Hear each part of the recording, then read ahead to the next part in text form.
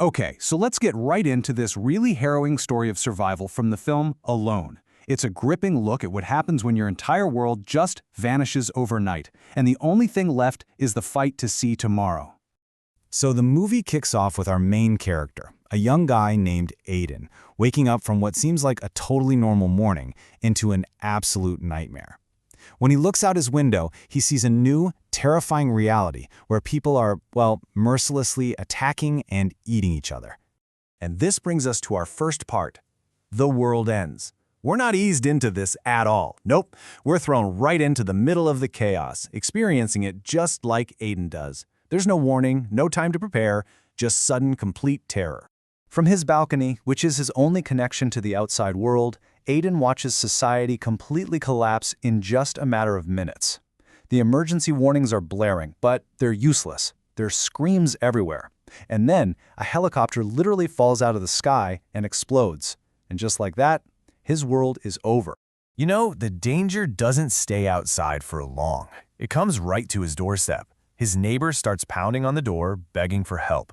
Aidan lets him in, but then he sees it, a fresh bite mark on his neck. And in this horrifying moment of transformation, the guy's eyes turn white and he just lunges. Aidan is thrown into his first life-or-death fight, and he barely manages to push the newly turned zombie out of his apartment. So after he manages to secure his apartment, Aidan's fight completely changes. It's not just about the infected trying to get in anymore. Now, it's about the psychological battle that's raging inside his own head. And this is where the film really explores the true horror of being completely alone.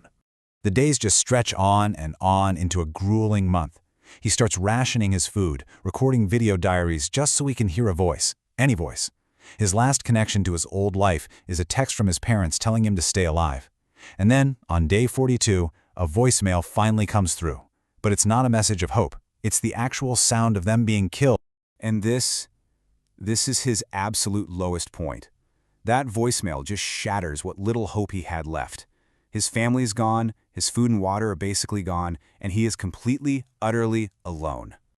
He truly believes he's the last person alive in this dead city, and he sees only one way out. He records one final, heartbreaking video diary and prepares to end it all. But then, in his final moments, just as he's about to give up, he sees something impossible. A flicker of movement in the apartment building right across from his. It's another survivor.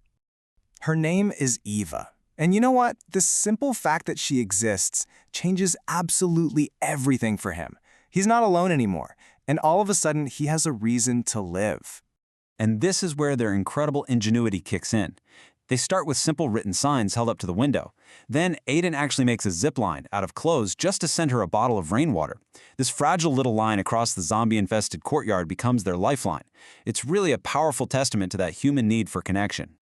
Okay, so with this connection established, the stakes are suddenly so much higher. They're not just surviving for themselves anymore, they're surviving for each other. And you know what that means? It's time to take some bigger risks.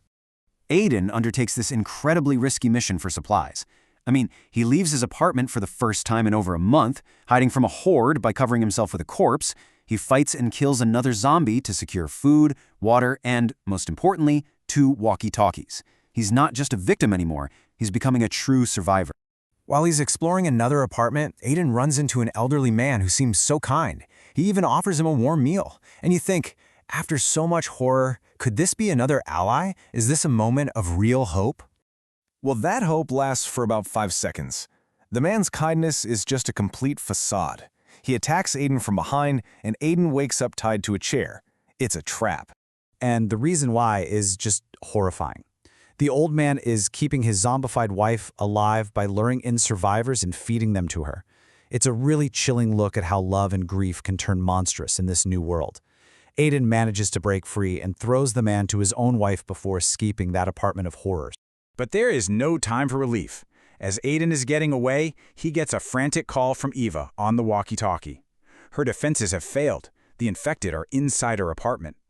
And this is it. This chaos forces them into a desperate, frantic escape. After weeks of only seeing each other through windows, they're about to meet face to face for the very first time, surrounded by a horde of zombies.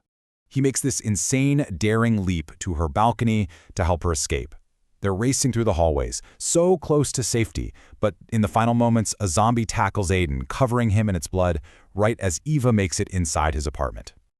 He stumbles inside, just devastated. Believing he's infected, he begs Eva to kill him. He's ready to sacrifice himself for the person who gave him a reason to live in the first place. But Eva refuses. She frantically starts checking his body, looking for any bite mark that would seal his fate, and she discovers the unbelievable truth. There are no bite marks. It was just blood. He's okay. After everything they have both endured completely alone, they just collapse into each other's arms. Finally together and safe. And that's where this story leaves us, with two survivors who stared right into the abyss and somehow found hope in each other.